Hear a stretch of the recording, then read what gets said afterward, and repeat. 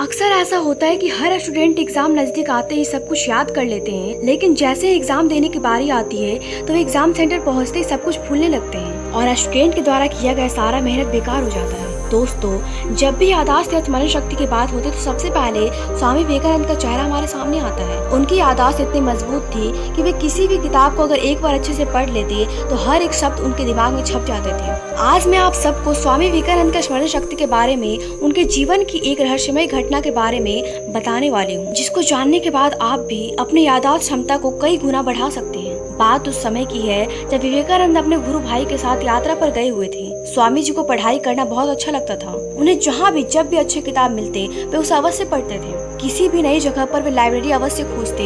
एक शहर में उन्हें पुस्तकालय में कई ऐसी किताबें दिखाई दी जिन्हें वे पढ़ना चाहते थे। किताब को पढ़ने के लिए स्वामी जी और उनके गुरु भाई उसी शहर में ठहर गए। स्वामी विवेकानंद लाइब्रेरी से रोज अलग अलग किताब लाकर उसे पढ़ते और फिर अगले दिन उसे वापस कर देते थे। कई दिनों तक ऐसा ही लगातार करते रहे। वहाँ का लाइब्रेरियन यह सब देखकर हैरान रह गया। तब एक दिन लाइब्रेरियन ने स्वामी जी से पूछा, क्या आप ये नई नई किताबें केवल देखने के लिए जाते हैं? यदि आपको केवल देखना ही है तो मैं यूं ही यहाँ दिखा देता हूँ। रोज किताबें ले जाने की क्या आवश्यकता है? स्वामी जी ने कहा, जो आप समझ रहे हो ऐसा कुछ भी नहीं है। मैं इन सारी किताबों को बड़ी गंभीरता से पढ़ता हूँ, इसके बाद ही मैं वापस करने आता हूँ। तब लाइब्रेरियन ने कहा, अगर आपकी बात सच है तो आप मुझे कुछ किताब पढ़ ली है कहानियों को बताइए, इसके बाद मैं आपको समझूंगा कि वाकई में आप किताबों को पढ़ते हो। तब स्वामी जी ने कहानी के साथ उनके पेज नंबर को भी बता दिया। लाइब्रेरियन यह सब देखकर चौंक गया और लाइब्रेरियन ने स्वामी जी से उनकी याददाश्त का राज पूछा। तो स्वामी जी ने कहा कि पूरी एकाग्रता के साथ कंसंट्रेट होकर पूरे फोकस के साथ पढ़ा जाए तो पढ़ा हुआ आपको लंबे समय तक याद रहेगा, लेकिन इसके लिए हमारे मन में धारण करने की शक्ति अधिक होनी चाहिए। जैसे किसी भी एक काम को अगर हम लगातार करते हैं तो वो काम हमारे माइंड में सेट हो जाता है। इसी प्रकार किसी एक चीज को फोकस के साथ करने पर हमारा दिमाग लंबे समय तक याद रखता है। हमारा माइंड बहुत ही पावरफुल होता है, लेकिन हम उसे अलग अलग कामों में बांट देते हैं, जिसकी वजह से हमारा माइंड किसी भी काम को पूरे कॉन्सेंट्रेट होकर